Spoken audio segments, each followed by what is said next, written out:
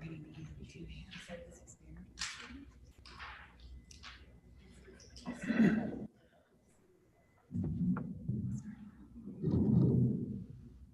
evening, everyone. It is now 6:30, and welcome to the December school board meeting. First off, I'm going to pass this off to Dr. Arthur. Thank you very much. I appreciate it. I'm going to go a little bit out of order this evening. I'd like to take just a moment, if we could, ask your permission, to take a few seconds just out of a memory of a few people we've lost in the last week. The family of Christina McMay in Edgerton, 3 students, 2 of which have been through our district and 1 that's currently in our district, lost their mom. The family of Terry Heacock and the family of Jean Clefane. And so if we could take just a couple seconds, I'd really appreciate it.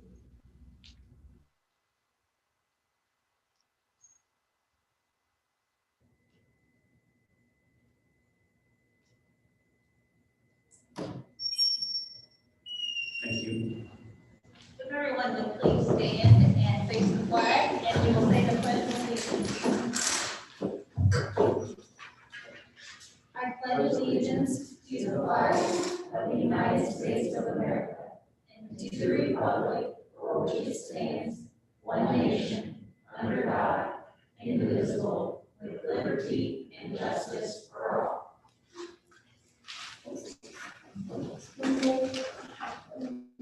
Thank you.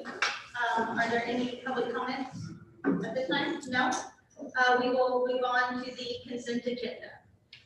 I'd like to ask for a motion to approve the consent agenda, please. I move that we approve the consent agenda. Okay, thank you, Don. Is there a second? I second. Thank you, Debbie. We'll do a roll call vote. Debbie? Yes. Don? Yes. And myself is a no, and the motion carries 2-1. We will go to other business, report, curriculum. I always forget that I'm on first. So I just have a few things actually to share with everyone, kind of as a wrap up for what we've gone through to this point this year, and then what we're looking forward to in the upcoming semester. So an update on the Career Ladder Grant. Our partners with NIAT visited over the last few weeks, and all 10 of our strengths-based needs assessments have been completed. They actually reached out to our building principals this week and have set up follow-up meetings with them in the coming weeks in January.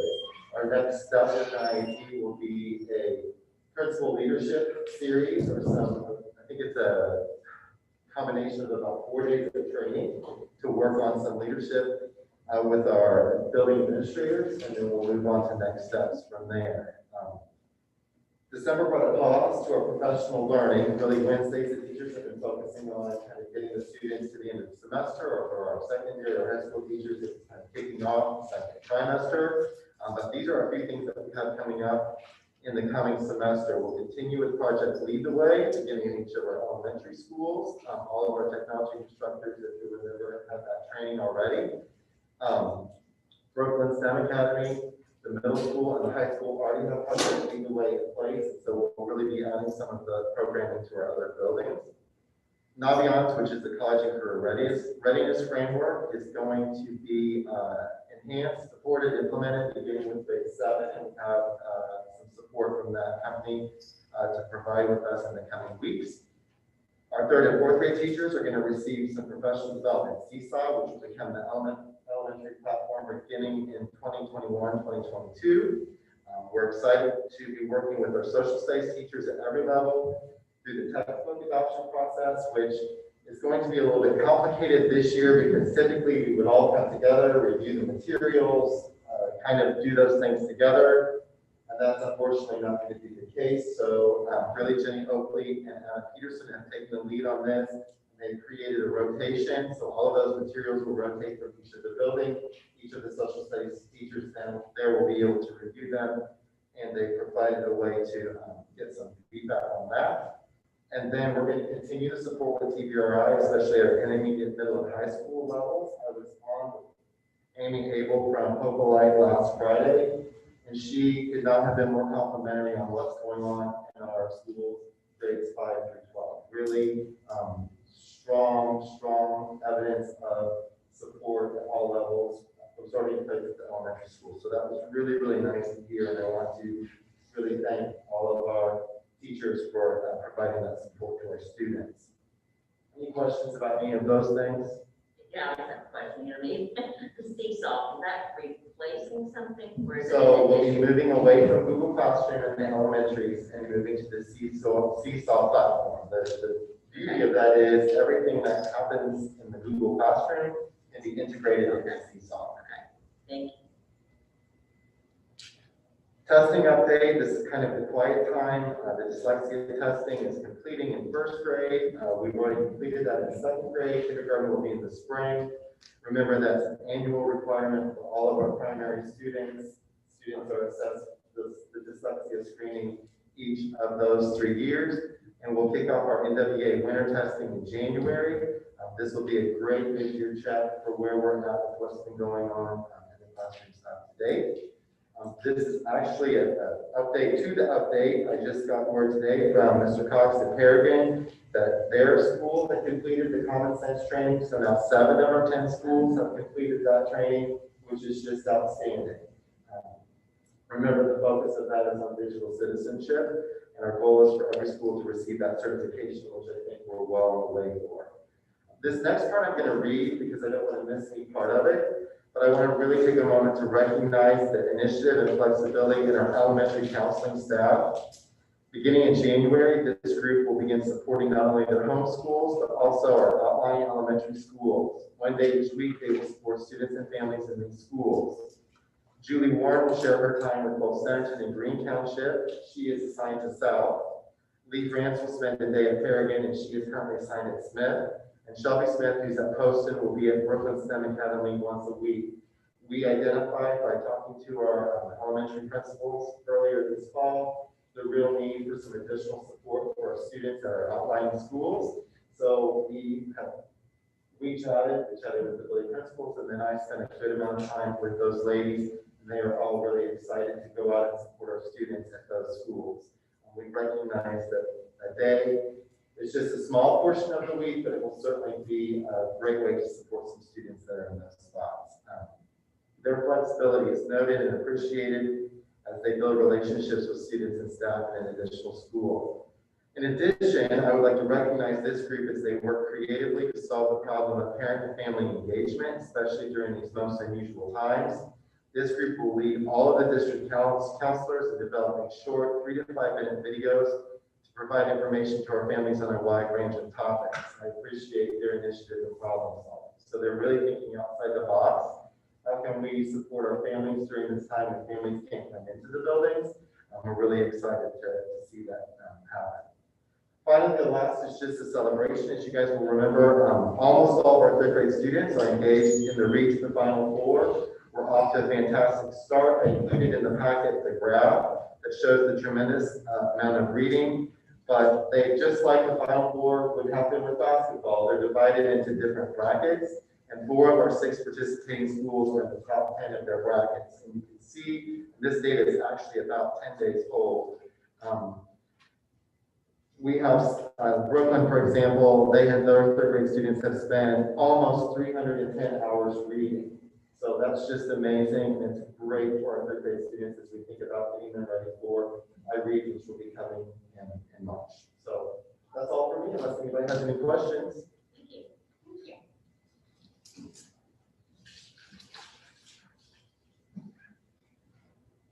you. Diane, action items. Okay, we have a number of policies that are the last sort of cycle before we move to the new board in January. And so we wanted to make sure that we got these taken care of and we're split between 2 different boards making considerations or decisions about these. So first read was at the last meeting in November. We were at the high school auditorium. We did make some changes to D475 that I want to talk about here in just a second. For the record, I'm going to read them, and then if you guys have questions, we can certainly go through any questions you might have about any of the policies or if there's anything you need to do or want me to do in terms of reviewing any of those. Policy A225, reporting of suspected child abuse and neglect. Policy C200, anti-bullying. Policy C275, test security provisions for statewide assessments.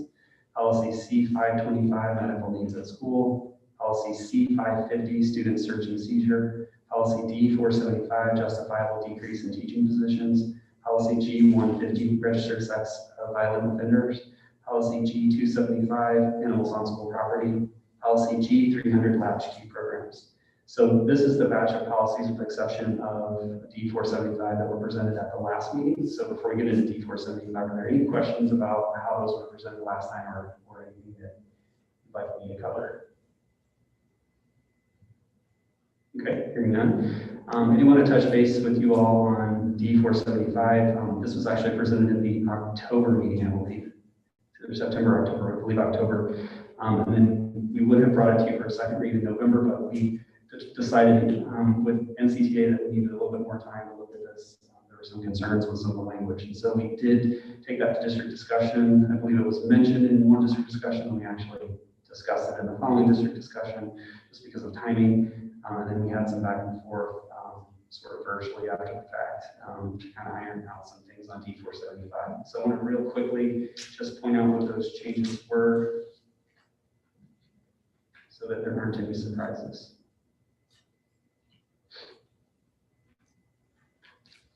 So on D, these were in your packet, so that this shouldn't be a surprise to anybody, but I want to make sure the public is aware as well. In the section that lists if we were forced to go to cancellation of contracts or non-continuance of contracts, the order 1, 2, 3, 4, and 5, academic needs of the students in the school district, current instructional leadership roles, teaching experience, degrees earned, and credit hours earned. Before, teaching experience was the very last item on the list of 5. And so we talked about that and the importance of that being a little bit higher in the list. And so where we sort of landed was putting teaching experience in spot number 3 and moving degrees earned and credit hours earned down to the 4th of this slot. So that's one change that we made. We additionally gave definitions to what the academic needs of the students in the school district, what that actually means. And you'll see in parens, course-specific certifications, consideration of school sections that are needed. And then on item 2, current instructional leadership roles, other responsibilities of that teacher beyond their typical classroom duties. So lead teacher commitments, committee leads, department chairs, after-school extracurricular assignments related to curricula. Those would all be components that we would consider if we got into a RIF cycle in terms of determining who came first or who would move down on that list. So we made those shifts and we were in agreement with MCT on all of those changes. There's an additional change, two more additional changes toward the bottom. And these were additions and were suggested by MCTA, and we were, of course, supportive of these as well. We did go back and forth, wiggling on some language a little bit, but this is where we landed. The district will make its best attempt to notify teachers of vacancies for up to 1 school year so that they may reapply for positions that their license may permit them to teach. Prior to bargaining laws changing, and I don't know the year, but forgive me, it's been several ago under the Bennett administration, I believe. When bargaining laws changed, there used to be language that required school districts to basically keep a live list for 3 years. And so you would always have to go back to that list before you could hire from the outside and consider those individuals that were laid off, in essence, in that RIF cycle. Depending on how you look at it, I mean, that's certainly pro-teacher and that's helpful to teachers, but typically teachers don't wait 3 years to come back to a job. They're moving on to the next thing most of the time. So it becomes burdensome, quite honestly. It's fairly difficult when you really need to hire teachers quickly in the summer to be trying to figure out that list that sometimes is multiple years old. Those people are not even contactable or not even able to be contacted anymore. So long story short, we settled on keeping that list for a year, which is again not required by statute. That's just something we felt like was a reasonable thing to do. So we'll do our best to, if we had to do this, keep a 1-year list. The second section, if it's anticipated that the teacher contract may be canceled under this policy and school corporation will in good faith and where circumstances such as financial impetus, in-depth and complexity of the reduction permit, attempt to notify all impacted teachers no later than May 20th that such action is being considered. This paragraph only applies to layoffs due to reduction in staff amount to a possible termination, which is performance related. So long story short, statute now, the old statute used to actually require us to tell a lot earlier a teacher that they were going to be RIF, and then that got moved to much later. So it's July, it's July 1, or Janet, thank you. It is July 1, and so we're agreeing that as a school system, that's probably not very fair to the teacher. And so we want to do our best to make sure a teacher knows by May 20th of each year if there were going to be a change in their employment to give them the opportunity to look for other jobs. So I want to be clear, the timing of this policy is horrible because this policy policy came up and recycled policy work at the same time we were bargaining. I think it sent some messages that were not intended to be sent, so I will publicly say that there's currently no plan to rip anybody at this point. That's not what this is about. So I want to publicly say that and make sure that folks in our community know that. So any questions you might have about that? At this point, I would ask if the board would entertain a motion to accept all those in one chunk. I would like to ask for a motion to approve the policies presented, please. I make a motion to accept the policies presented. Thank you, Debbie. Is there a second? I second. Motion's been made by Debbie and seconded by Dawn. I will do a roll call vote. Debbie? Yes. Dawn? Yes. Myself, yes. Motion carries 3-0. Thank you very much. These next two items relate directly to our Director of E-Learning, Mr. Brian Freeze, who's in the back, and I want to say a happy birthday to Mr. Freeze tonight. So happy birthday. Brian, would you like to actually talk through these real quick? I know I'm kind of putting you on the spot, but I can do that. what these two items are. I just happen to have a microphone. Could you tell me what those items are? Yes, request to approve the Integrity Network Solutions Incorporated quotes, the first item. Yes, so essentially what that is we are partnering with Integrity, a company we've been with for almost 15 years, who's recommended another company called Unitrends. Unitrends is a company that is in backup storage and cloud storage. So the idea behind this is to look at our system and our security as is, and try to reevaluate how we're backing up content for staff and for our district, and also, how are we protecting it, but also do we have safety measures in place if there is a cyber attack or if there is a natural emergency. So what we're doing is we're eliminating up to 3 different backup solutions that we're using, and I'm proposing that we would move to Unitrends, which would provide an on-site backup, which would give us more granularity in terms of us being able to find exactly what we need if something were to happen, but also to provide a cloud solution for our storage. So essentially that we're not only backing up everything here on site, but we're also backing it up on a secured server in another state. So essentially what that boils down to is we could get hit with a tornado at 10 and then ransomware at noon and be back up by 3. So the idea is that, we're putting backups to our backups so that we have the information, but not only do we have it, but it's secured and safe. Is there any benefit to this being out of state like that? The main thing is that it's just offsite, so that if there were issues with our network or anything locally, that doesn't affect that doesn't affect the integrity of the content that we have. We keep it offsite so that we're able to get to that if something were to happen here. I would argue from a practical perspective, yes, because you have a snowstorm or something significant, even an ice storm in Indiana or some sort of damaging tornado, it's probably a better example that comes through here. Not relying on somewhere, 50 miles from here that we're storing something, we're relying on something that's hundreds of miles away, so therefore we're not quite as risky to lose what we're trying to back up. And just as an additional piece, this is a cost neutral change. Correct. That we're asking for, so we're basically trading out what we're currently doing for the cost equivalent replacement. And then with that, adding cloud backup, which we don't currently have. So not only is it cost neutral, but then we're adding a feature that we weren't currently doing. So I would ask if you would entertain a motion Okay. to approve this. I'd like to ask for a motion to approve Integrity Network Solutions, please. I move that we approve Integrity Network Solutions. Thank you, Dawn. Is there a second? I second. Motion has been made by Dawn and seconded by Debbie. We'll do a roll call vote. Debbie? Yes. Dawn? Yes. Myself, yes. Motion carries.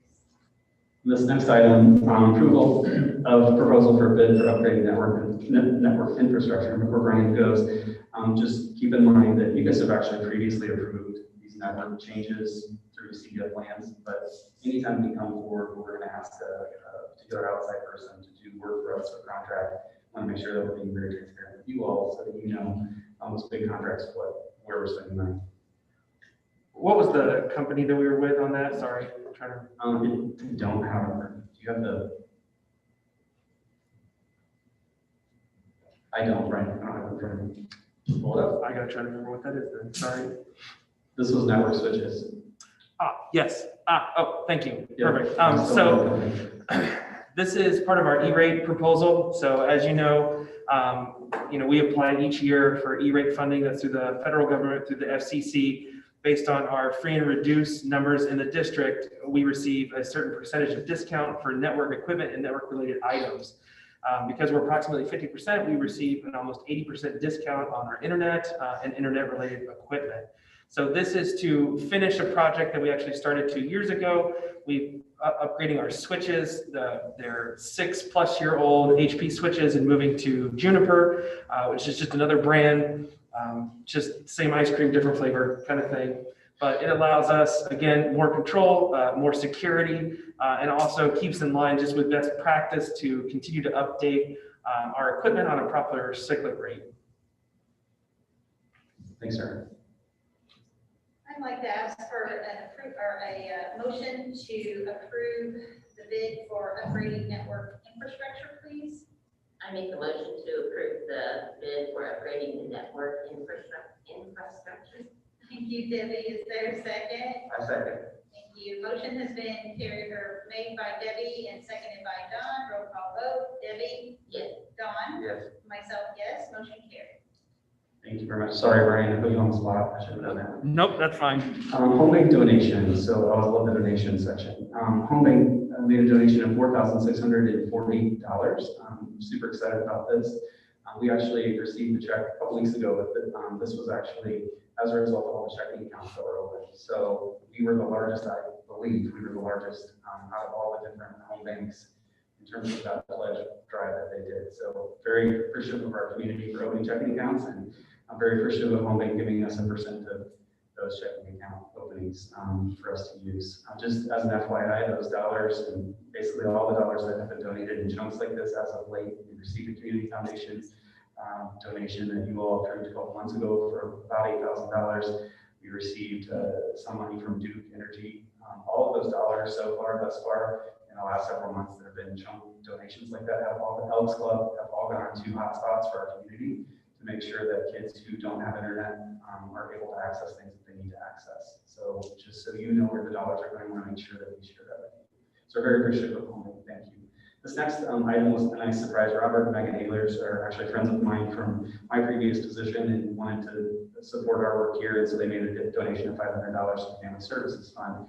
That they particularly wanted to go into that fund. That fund is the fund that Patty Osler uses to buy clothing and shoes and those kinds of things for families that are in need. So it's very gracious of them to do that. I'm very grateful that they did that. I'd also like to chat quickly about the bottom one, the Morgan County Homemakers Extension Grant. Again, huge supporter of Extension 4-H, all those things, but this is actually the Lady Homemakers Club. And they donated $100 to Cindy Wolf for constructive indoor recess items. And the times we find ourselves, anything that we can purchase to help keep our kids occupied makes a lot of sense and take their mind off things. So those are our donations for tonight. I'd like to ask for a motion to accept the donations, please. I move that we accept the donations as presented. Thank you, Don. Is there a second? I second. Motion's been made by Don and seconded by Debbie. Roll call vote. Debbie? Yes. Don? Yes. Myself? Yes. Motion carries. Thank you very much. So this next one, award presentation, I'm going to ask that we move that down for just a second because I kind of have a little bit of a trick up my sleeve here. So I want to first shift to Audrey Jackson, our Director of Student Services, who's overseeing all of our COVID work. And I'd just like her to give us a brief update on where we are with numbers and those kinds of things, to let the community kind of know what the snapshot of that is. Audrey's joining us safely from home, I believe, on Zoom. And so the community can see her, and we're going to have her live volume-wise in here. So Audrey? Good evening, everyone. First, I wanted to start out with just acknowledging all the hard work that our teachers have been doing during this. I think we all know that our teachers have gone above and beyond and kind of come up with some new ideas on how they're instructing students, but I don't think we fully grasp that our students are going in and out of the classroom due to quarantine situations, are being isolated for different things, and that's causing a lot of problems for our teachers as far as making sure they're getting that instructional piece. And they are just, you know, I can't say enough good things about our teachers about what they're doing to make sure that our students are getting exactly what they need in this very difficult situation. So shout out to our teachers out there. As of today, currently, we've had 157 positive cases that impacted our students or MSD of Martinsville staff. And that is both school and non-school cases. So those are combining both of those. 112 of those are students and 45 of those are MSD of Martinsville staff. 144 of those cases have occurred since fall break. So we started off pretty solid. We were doing really well at the beginning, and then we've had the second wave. The surge has really impacted us. And 54 of those have happened since returning from Thanksgiving. Of those 157 cases total, 83 of them have happened at MHS, so impacted MHS students and MHS staff. And 50 of those 83 have occurred since MHS has been on red. So we're seeing a lot of community spread still in that higher population of those high school students. We've had 29 at Woodin, 16 at Bell, 25 at all the elementaries combined, and 4 at transportation. As of Wednesday, Morgan County is one of 25 counties in the state that is still a red county, which is the highest county color it can be, blue being the lowest, yellow indicating kind of a slight or moderate community spread, orange being fairly high, and red being a high community spread. So we do have a high community spread at the moment at Morgan County. When you're in red, that means that you have more than 200 cases per 100,000 residents. As of Wednesday, we had 764, so well over that 200 mark. And you have a positivity rate of over 15. Our positivity rate was 15.61. That is down. Last week, it was over 18%. So that is down, which is a positive thing. Also, Indiana as a state has the 5th highest in the country of positivity and concerns for 100,000 residents testing positive. So Indiana is one of the higher states in the country, but that is also trending down. A few weeks ago, it was #1. So that is something just to kind of keep in mind. We also have started to see impacts with our fine arts and athletic programs. We've had 2 different athletic teams that have had to be quarantined, along with one of our fine arts programs that had to be quarantined due to positive cases. Luckily, we've been able to kind of not seen significant spread within those, but that does impact those students and those families. Right now, we are really holding steady with the 40s as far as staff members being out daily due to FFCRA leaves. Today it was 41, but that again has held steady. The highest being 55, but that was back when the high school was still open. And that's really all I have at the moment. Any questions? I think it could, before we open to questions, if you wouldn't mind, could you also mention or talk about your conversations with the health department regarding Thanksgiving and the time period? Like Yes. What they're, in essence, telling us about what we should expect based on this next holiday. Yes. So I speak with the Morgan County Health Department on a daily basis. Well, more than once a day, honestly. And they have a lot of concerns coming back after Thanksgiving or after Christmas. And that's based on trends they saw from Thanksgiving. They did note that they saw through multiple interviews they had done with positive cases, that symptoms began on day 15, which is concerning, considering that we are really just looking through the first 14 days, which was a new anomaly. They also, through conversations, didn't see a lot of the cases they saw were due to gatherings at Thanksgiving. So that was concerning to them, and they do expect a spike after Christmas, just the same as they did Thanksgiving. I don't think that is a surprise to anyone. I don't think that is a Martinsville or Morgan County thing. I think that is pretty much a concern across the country. Thank you, appreciate that. Mhm. Board members, do you have anything that you'd like to? Okay, so Audrey, you said that the total staff out is 41. I mean, the highest was 55, that we're averaging about 41 staff members out a day. Yes, correct. Okay. Additionally, we are updating the dashboard on Monday and Wednesdays now, just due to just the fluctuating circumstances that we're having right now. I'd like to add to the dashboard that we have up. One of the reasons that we chose to put that up in the first place, we were just doing it once a week, is because the state was also doing a dashboard based on numbers funneling through the health departments. And what we found pretty quickly is that those numbers funneling through the health departments are often delayed for whatever reason. I don't always understand exactly why, but those numbers being reported are not always helpful to us to make good decisions about what we should be doing as a school district. Because again, they're sometimes a week, 2 weeks behind, and people are already back to work or already infecting other people, quite honestly, before we would make a decision if we relied on that. So we pretty quickly out of the gate decided to not use that as our tool. And we created our own dashboard, which is based on data that we are aware of, and we're working with the local health department on in terms of verifying each time. So our numbers, in our opinion, are real numbers as opposed to perhaps the state numbers both kind of being out of whack. And we will continue to use those numbers as our way in which we're identifying what our next steps need to be. So Audrey, it's probably 3-4 months, probably longer than that, month and a half ago. Time flies when you're in a pandemic. Some time ago, we made the decision to move to a twice-a-week update on that, just to give more information to the community. A daily is probably a little too much because we're all running around a little crazy just trying to take care of people, but we did feel like we needed to do that a little more often.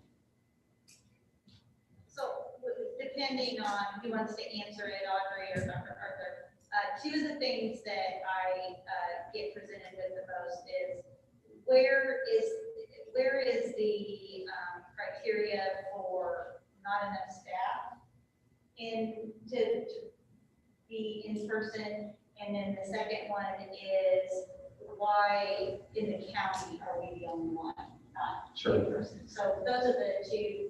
So Audrey, I'll take a stab and then you can follow up with me or after me. On the first question, in terms of how many, there's not an exact number, and I know that's frustrating to people, but the reason there's not an exact number is because every school presents differently. In a larger school, you can move people around and you can cover things. In a smaller school, that's not as easy.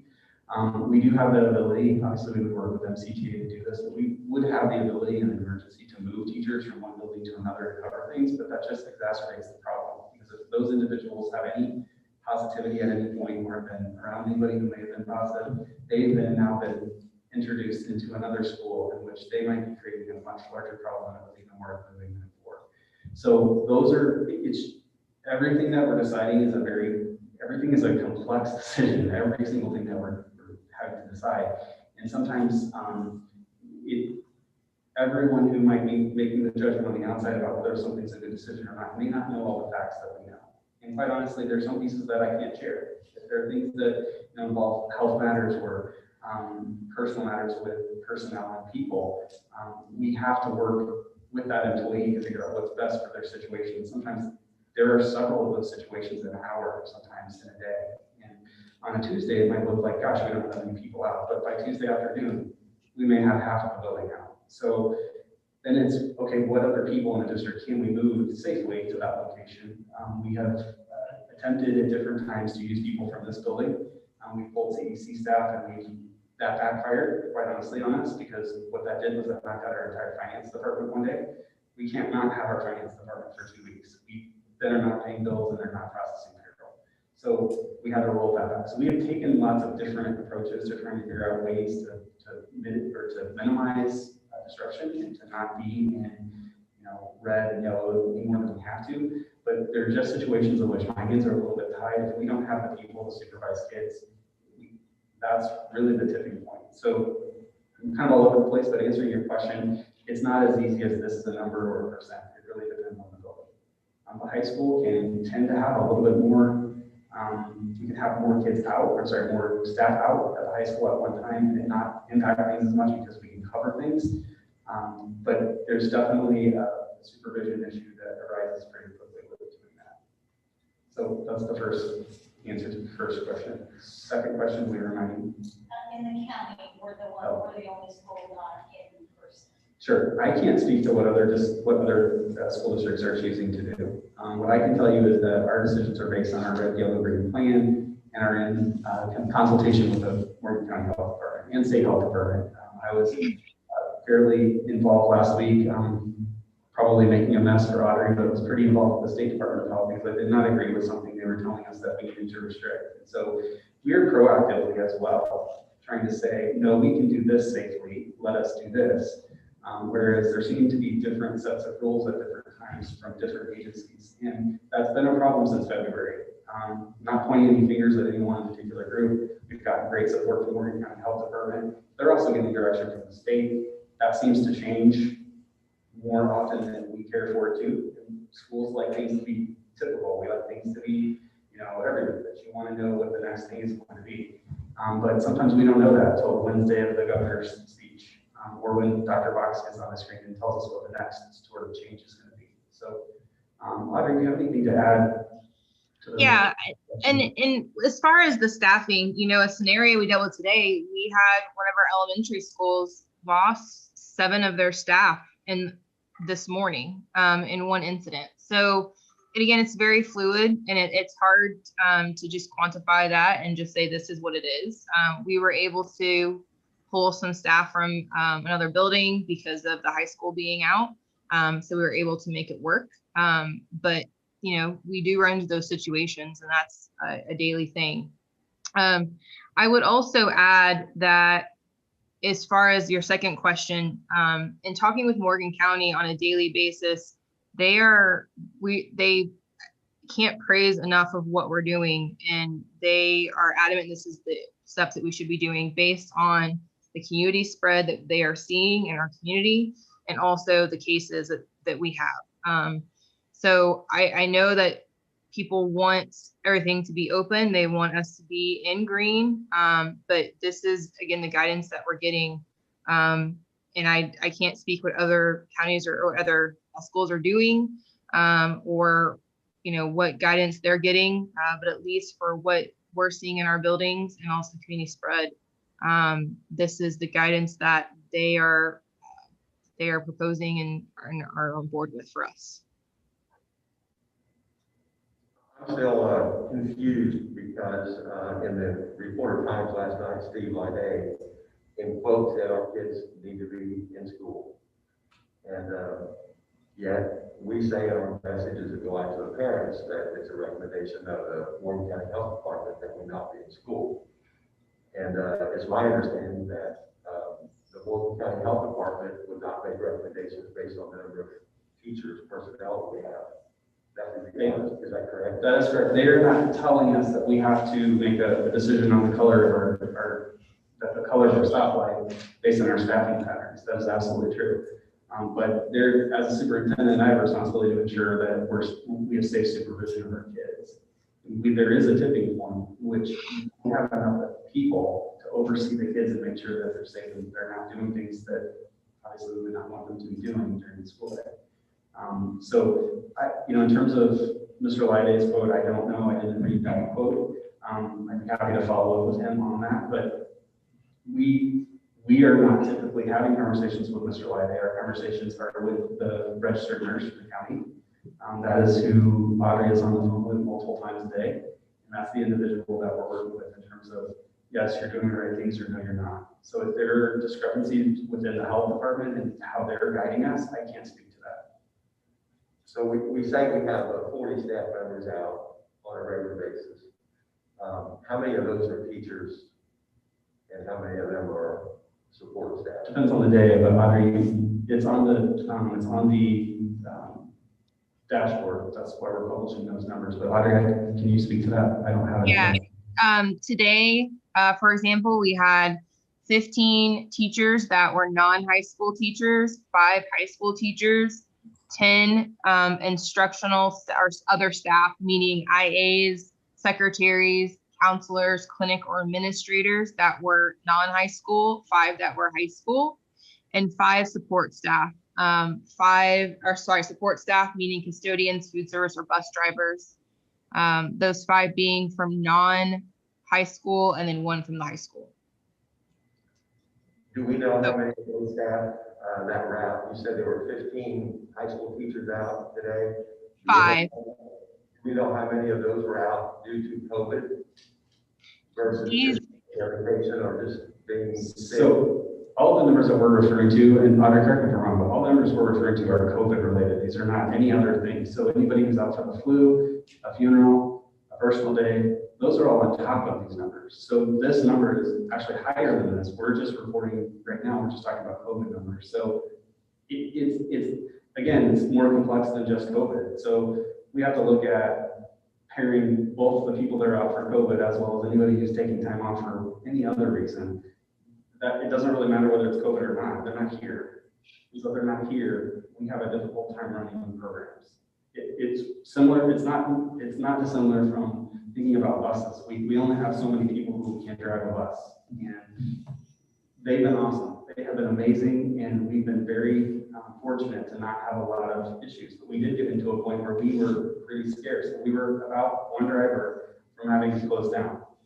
1 driver, that's all it's going to take. And that's what every non-driving staff member in our district who has a CDL was driving in addition. So those are the sort of the tipping points. And I would say that in that time, it wasn't due to everybody being positive. Some of it was contact tracing, get people out because they've been around other people. Some of it was due to positivity. Some was due to the fact that we just had some people that were out for other reasons. And so all those pieces come together, and that's the complexity of this. And that sometimes tips the scale. So basically, the high school has been out on red because of staff. That's a large part of it, yes. That's the majority of it. It is not because we've reached such a proportional number of students who are sick that we've needed to close. So in the state of Indiana, there's a 20% requirement in a normal year that if you have sickness in the school, 20% of your population is out, you're required to report that to the state. And that is really the tipping point of closing your building for a period of a few days to sort of reset or to take some significant action. They have not said in terms of COVID that we have to do that, but that is the threshold that we've kind of taken a look at. We've gotten close to that 20%. I don't want to speak here, Audrey can probably speak exactly to the numbers, but that hasn't usually been the issue. The issue is more about us not having enough hands on deck. Yeah. And just to kind of emphasize again too, since being on red, we've had 50 students at the high school test positive. So we also need to consider, in addition to any staffing situation, that if those students had been in the building, that could have caused spread, and that also each time you have a positive case, that results in contact tracing, which is taking out approximately 15 other students. So having those students then pulled out, what is that doing for instructional for those students? Those are other considerations.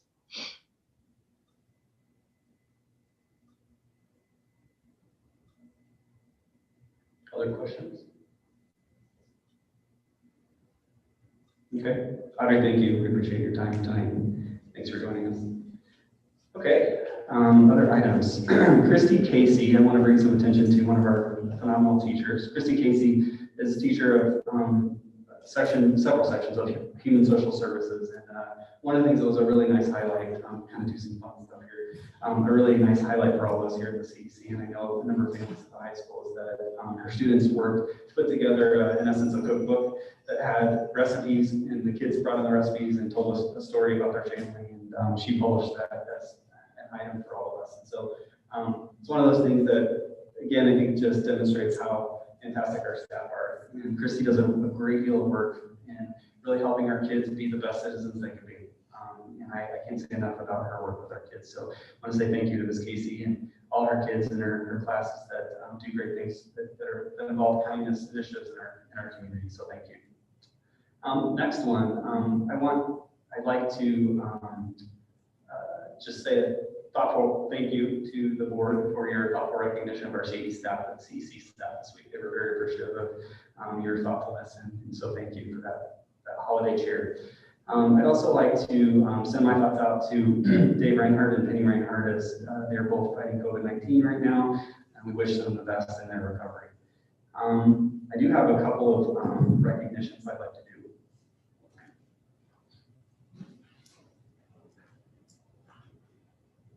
So the first one, which was what the award presentation was that I did want to tell you all about, is that your exemplary governance award for the MSD of Martinsville by the ISBA came in the last week.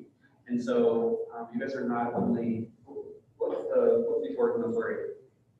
Commendable. So commendable is here, and you guys have actually reached one level higher, which is the highest level of the ISBA award. So I wanted to make sure that the community knew that you all were awarded this award, and it came literally last week, 2 weeks ago. So it's sitting on my desk. And so commendable board, Steve Rock, Michelle Law, Dave Reinhardt, Debbie Lips, and Todd Lips. So we'll proudly display this here in the building on your behalf. But I want to say sincere congratulations to you guys for your work. So thank you.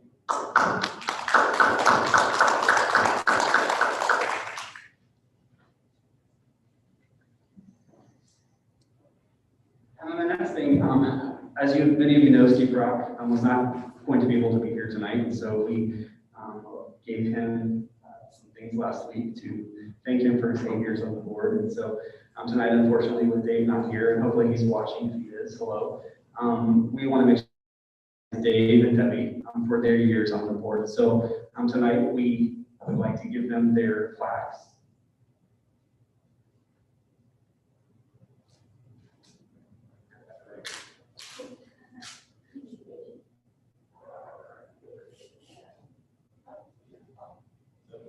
To Debbie Lips for her service in the board. To honor your service in the Board of Education, this award acknowledges Debbie Lips for your many years of service to our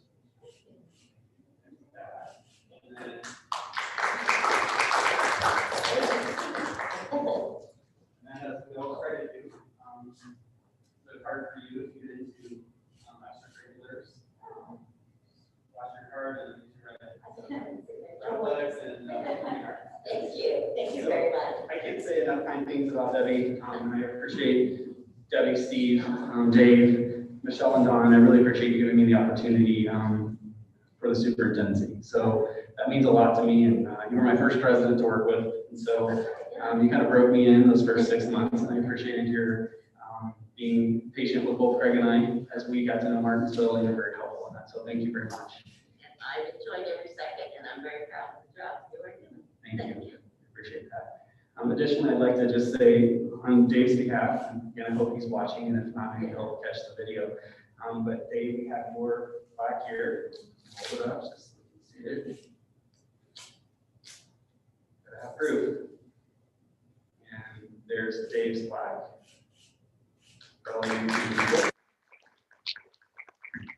Let's say the same thing. Dave's dedication to the school board, to the community, it is no surprise to anybody. A number of initiatives and clubs and things that he supports, how much he cares about Martinsville in the community.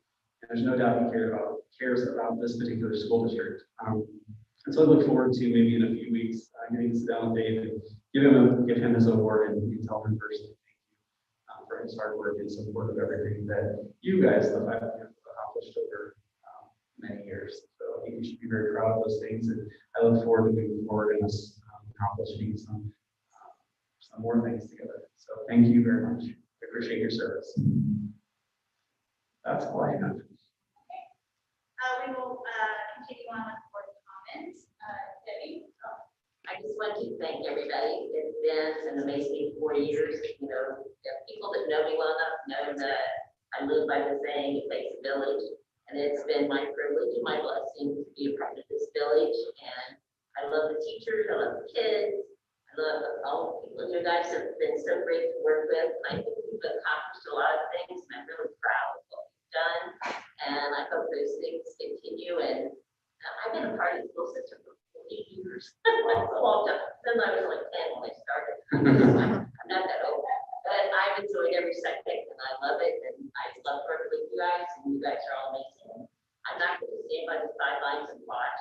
I'm going to supervise my student teachers, and I'll be here if you guys need. So thank you, thank you, thank you. And Merry Christmas. Okay. Just like to wish everybody a Merry Christmas. Sure, everybody is looking forward to the break. Thank you. Okay, my turn.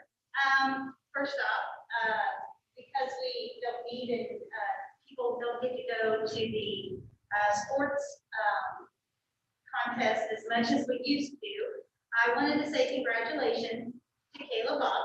Of course, she was named top volleyball coach in the Mid-State Conference. So congratulations to Kayla. That girl loves volleyball. So I'm not shocked by the great things she's done with our volleyball. Also, unfortunately, boys have been out. Those numbers of quarantine, fingers crossed, will go down tomorrow as JV and varsity get out of quarantine and start their practices back up. But the girls basketball team, I'd like to say congratulations to Dave Dorset and his group of girls. They are 9-1 right now, so yahoo for them, and as they continue moving forward. Great thing, everybody stay healthy. Get with those girls that have quarantines or have COVID, so we can continue on with their season. Next, I just wanted, for transparency, to let everyone know that on the consent agenda, I was not voting no to any person on the agenda because I felt like everyone was qualified to do their job. I was just not going to make an exception for board policy. So if anyone was wanting to know, that's the reason I voted no on the consent agenda. Now I'm going to go in to my final remarks, and I want to wish well to Dave and Penny. I know they're not feeling very well right now, but my thoughts and prayers go out to them. I did not know Dave Reinhardt when he joined or when he was elected for the school board. I knew he was a voice on the radio, and I knew he refereed some of my kids' basketball games and umpired baseball. When I think of the many times that he has said it is great to be an artesian, that is Dave Reinhardt. This man loves being an artesian. It just radiates through him, and that is his love and his passion.